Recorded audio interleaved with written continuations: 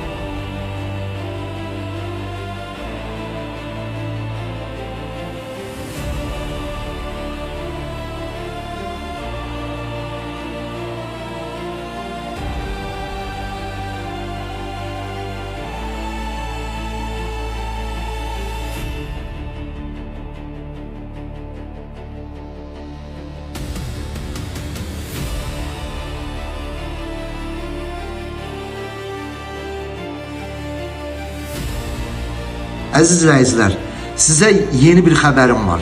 Yeni xəbərim bundan ibarətdir ki, bu günləri müəyyən iaşə obyektlərində, yəni kafelərdə, restoranlarda çoxlu sayda şırdan adında məhsul təklif olunur.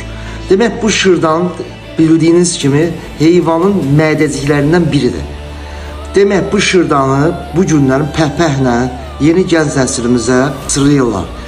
Demək, aşpazlıqdan başı çıxanda, çıxmayanda, gedib Türkiyədə qısa bir müddətdə çalışan adamlar da gəlib bu günləri şırdan adında iaşə obyekti açır və şırdanı pəhpəhlə də reklam edirlər.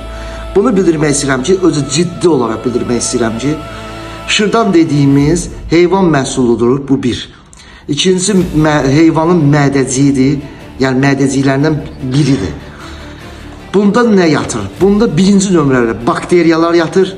İnfeksiyon xəstəlikləri yaya biləcək ikinci bir dərəcəli infeksiyon xəstəliyi yayılır və eyni ilə allergik təsiri olan, yəni allergiyası olan adamlar və olmayanlara da beləsinə allergik təsir yaradır.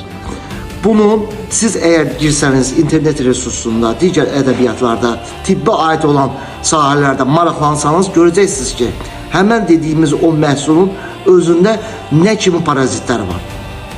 Allergiya, mədə xorası və mədə bağırsaq pozuntuları və onu da qeyd edeyim ki, bu şırdan mədə həzmində mədə özü əziyyət çəkir.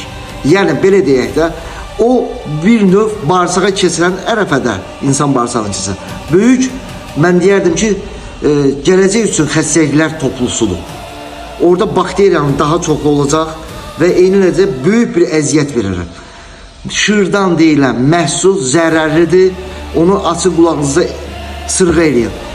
15 yaşında, 14 yaşında, 13 yaşında və 16 yaşdan yuxarı, yəni yeniyetmələrin yeməsi qəti qadağandır. Yəni yeyilməməlidir bu məhsul. Ümumiyyətlə, Azərbaycan mətbəxinə daxil olmayan bir şeydir. Xarici məhsuldur. Yəni Türkiyədə ən çox bu çoxluq təşkil edir. Bu gündə bizim aşpazlıqdan başı çıxanda, çıxmayanda bunu pişirir. Qəti yeməyin. Yəni öz sağlamlığınız öz əlinizdədir. Sonradan mədə bağırsaq haqqında gedib həkimlərə danışanda onlar da bu şeyi tövsiyə edəcəklər ki, şırdan nə yemirsən? Şırdan. Yeməyin bu şırdanı, açın balaları. Yeməyin, özünüzü zəhərləməyin. Yazıqsınız. Yazıqdır bu millət. Sıramayın bu şırdanı. Bu milletin nə görmüşsünüz qardaş? Hər bir yerdən başlayır ki, bu milletin nə desən sırıyır. Biri kebab reklam edir, biri nəbinlər. Qardaş, milli mətbəximizdə olan dədə-babadan milyon illərdir yediğimiz məhsuldan yiyin. Şırdan ziyandır. Yemeyin.